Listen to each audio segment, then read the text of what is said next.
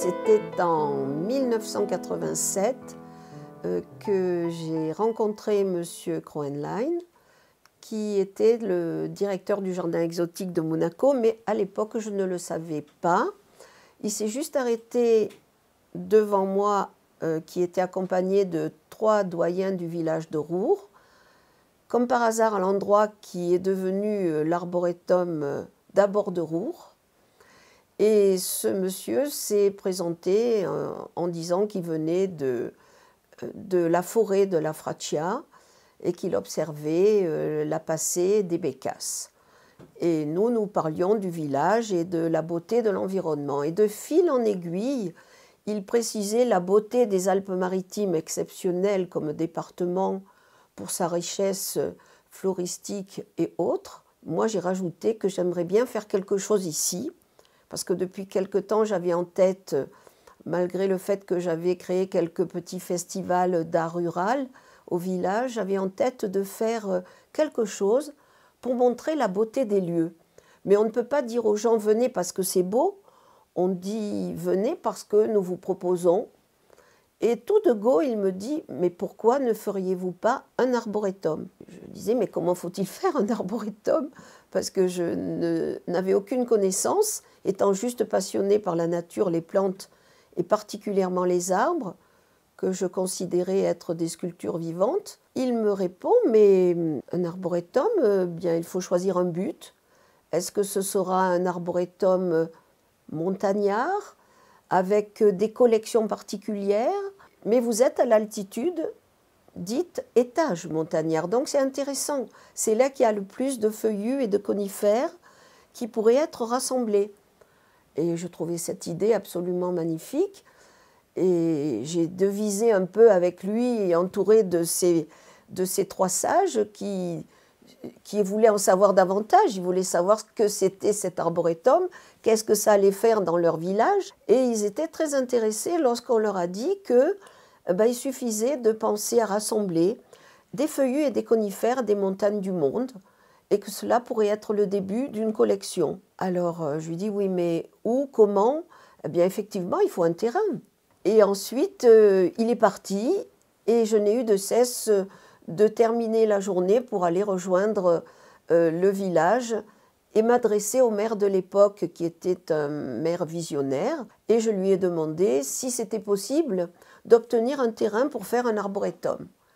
Et ce monsieur qui avait un accent truculent, il était d'origine marseillaise mais marié à une rouroise. Et Raymond Durbeck me dit bon, tu veux un terrain? Moi j'ai bien un terrain qui est abandonné depuis les dégâts de la Première Guerre mondiale, où on a perdu tous nos jeunes.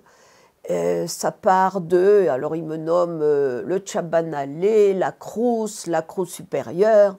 Écoute, là il y a une dizaine d'hectares communaux, c'est abandonné, c'est que des roumédjas, alors en patois ça veut dire des ronces. Quand les terrains sont abandonnés, évidemment, ils sont envahis de clématites, de ronces, de lierres, etc. Et je lui dis, mais c'est très intéressant, ça me plairait bien, je vais en parler au monsieur qui m'a suggéré l'idée. 2 jours après, j'appelle monsieur Kroenlein à son bureau et je lui dis, voilà monsieur, on s'était croisés il y a quelques jours, vous m'aviez dit que pour faire un arboretum, il fallait un terrain, alors j'ai un terrain, alors j'entends un blanc, comme si quelqu'un n'avait pas entendu. Alors je fais « Allô, allô ?» Passé ce blanc, il répond, il dit « Ah, mais c'est très bien, bien sûr. Et qu'est-ce qu'on fait alors maintenant ? Ah ben il faut trouver des arbres, enchaîne-t-il. Et on fait comment ? Eh bien j'ai des amis dont je peux garantir l'origine et la qualité des arbres de montagne, puisqu'on évoque le site d'un arboretum de montagne. Et là on peut être assuré de la bonne filiation des sujets. Et donc c'était plutôt des conservatoires botaniques auxquels ils pensaient, sauf qu'il y avait 2 collectionneurs sur la côte qui ont été les premiers sollicités et qui avaient quelques arbres, puisque étant dans la région côtière, ils avaient tous des maisons, des résidences secondaires dans le haut pays. Donc ils avaient quelques arbres qui correspondaient à la bonne altitude. On a vu les premiers pépiniéristes qui nous ont donné quelques arbres qui correspondaient à la liste que M. Kroenlein avait déjà préparée. C'est parti comme ça l'histoire. Quand j'ai vu les arbres, ils avaient tous des mottes dans des containers, mais qui pesaient 100 kilos. Alors je me disais, mais c'est pas possible. De fait, moi j'ai eu l'idée d'aller solliciter les espaces verts des villes principales, Nice, Cannes, Antibes, Monaco, Menton, et tous les directeurs de l'époque de ces espaces verts ont accepté de nous confier quelques-uns des membres de leur équipe qui étaient volontaires pour venir planter, parce qu'ils sont quand même venus planter sur leur seul jour de repos. Et donc nous avons vu arriver les premiers, par vingtaines, les premiers jardiniers de ces espaces verts dont on a gardé précieusement le nom dans un livre qui nous sert des premiers pas de l'arboretum. Et ces personnes ont œuvré le samedi et le dimanche.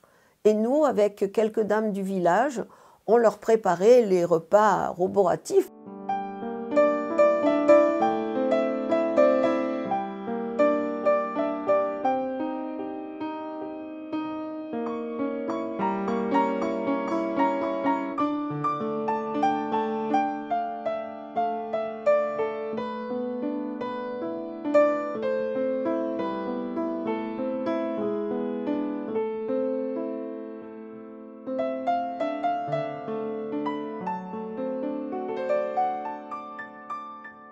En 30 ans, on a quand même introduit un peu plus de 500 arbres. Et ces arbres ont été en grande partie aussi financés quant à l'achat et au transport par la Principauté de Monaco, parce qu'au tout départ, nous avions l'aide des généreux pépiniéristes, que ce soit Pain-Messonnat ou les pépinières Gaziello et bien d'autres de Cannes qui venaient. Marcel Kroenlein a été présent en tant que conservateur de l'arboretum jusqu'à son décès en 1994, parce qu'hélas, à peine âgé de 60 ans, il a été foudroyé par une maladie et il nous a quittés. Et là, j'ai eu le devoir de rencontrer le prince Régnier III de Monaco, qui a bien voulu m'accorder une convention. Donc c'était vraiment coulé dans le bronze pour que continue cette création qui alliait les arbres de montagne, c'est-à-dire les feuillus et les conifères des montagnes, mais des montagnes des Alpes, mais également du monde. Et le prince Régnier avait dit « Vous serez en quelque sorte la forêt que nous n'avons pas à Monaco ». C'était très encourageant. Et nous avons continué jusqu'à ce que malheureusement le prince Régnier disparaisse à son tour.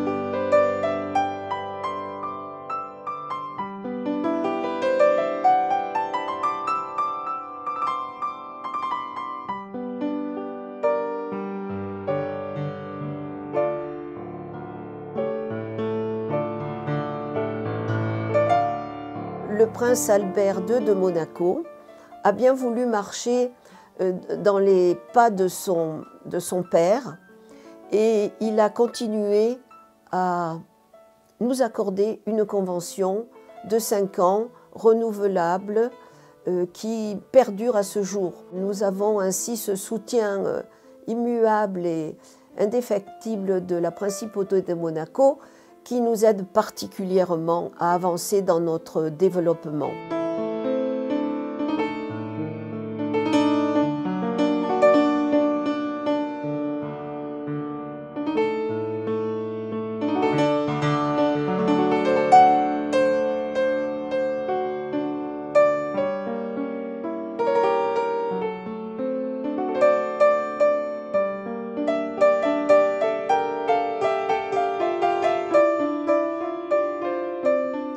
début des années 90, M. Kroenlein a bien voulu accepter ma vision de rajouter une dimension artistique à l'arboretum. Les arbres étaient petits.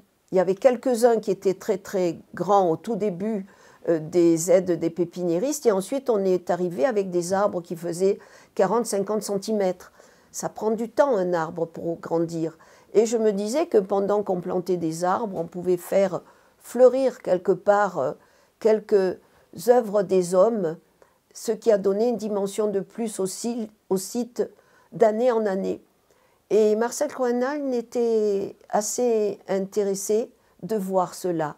Au tout début, ce fut des personnalités très connues comme Armand, Ben, César, Follon, Jean Marais, Louis Nucera, des personnalités particulièrement célèbres comme Ernest Pignon-Ernest, Ousmane Sow, Sosno. Tous ces êtres-là ont répondu présent tout de suite pour développer l'arboretum. Cette part artistique qui montrait la valeur imaginative de l'homme au milieu d'une nature qui, depuis 30 ans, se développe admirablement avec des collections d'arbres depuis les érables, les collections de résineux qui viennent de toutes les régions du monde, que ce soit d'Asie, d'Amérique. La générosité des artistes reconnus qui ont contribué d'ailleurs à devenir des ambassadeurs d'autres artistes pour lesquels je vais parler de Denis Gibelin, qui fut une rencontre absolument extraordinaire, à savoir que c'est un président d'une structure associative qui s'appelle NOMADE et qui rassemble de 40 à 70 artistes plasticiens qui ont pour but de s'exprimer dans des lieux ouverts, insolites, improbables. Et ils exposaient ce jour-là le Roc Fleuri, qui est une villa classée, à Cap d'Aille. Et je suis allée les voir, j'ai rencontré Denis Gibelin et je lui ai proposé de venir voir l'arboretum, voir si son groupe d'artistes aurait été sensible au fait de venir travailler. Il s'est enthousiasmé pour le site, il a proposé à son groupe qui a accepté et nous avons eu plus de 20 ans de travail sur l'arboretum avec le collectif NOMADE, des êtres absolument extraordinaires qui ont donné le meilleur d'eux-mêmes en répondant à un appel à projet créé par Denis Gibelin, mais également avec un thème différent chaque année.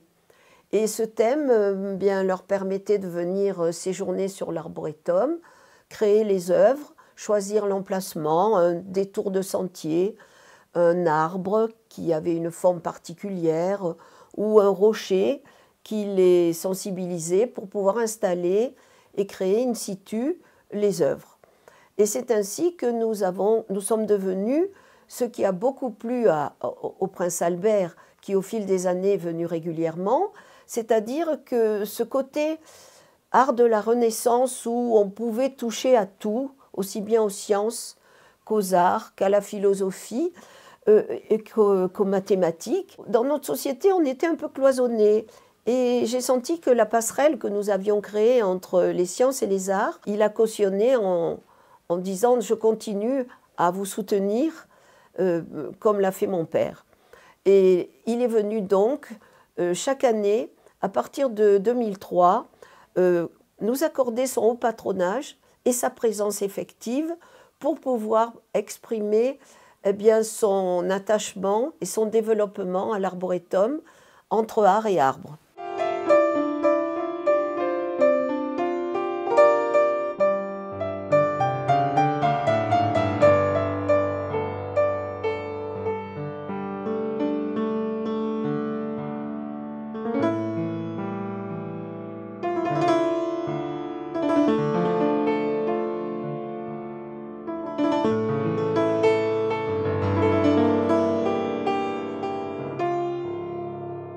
L'arboretum se visite toute l'année, de 10h à 18h. Lorsqu'on arrive à la période froide, dès les premières neiges, eh bien sûr, on s'arrête à 16h, parce que Le soleil tourne et il commence à faire plutôt froid, mais nous pouvons découvrir l'arboretum en hiver, par exemple, avec des raquettes, et tout le reste de l'année sur les sentiers qui sont aménagés pour les visites sur plus de, disons, 6 hectares.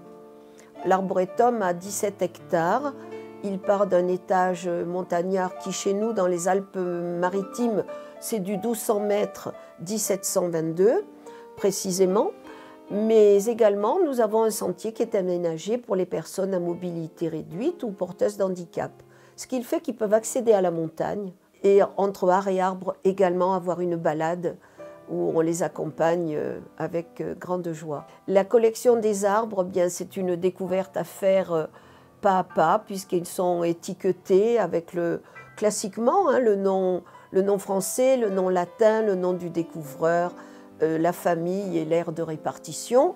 Et puis s'y ajoute quelquefois une autre petite plaque gravée qui porte le parrain, le nom du parrain ou de la marraine, qui veut bien nous aider à acheter d'autres arbres en offrant une somme selon l'âge, la hauteur de l'arbre.